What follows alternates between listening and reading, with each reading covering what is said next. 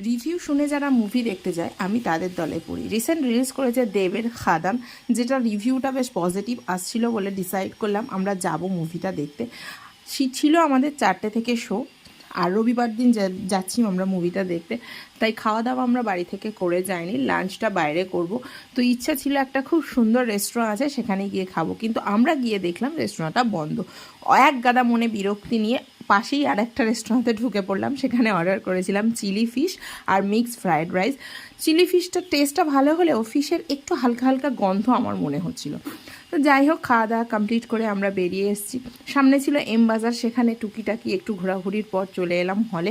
গিয়ে দেখলাম সেখানে তো বেশ ভালোই ভিড়, মানে সত্যিই মনে হচ্ছে মুভিটা হয়তো ভালো হলেও হতে পারে। তো যাই হোক, আর 10-15 মিনিটের মধ্যে ঢুকে যাব আর হল। পপকর্ন ছাড়া তো মুভি দেখা যায় না, কিন্তু এবার চেষ্টা করতেই হবে কারণ পপকর্নে লেগে গেছে 18% জিএসটি।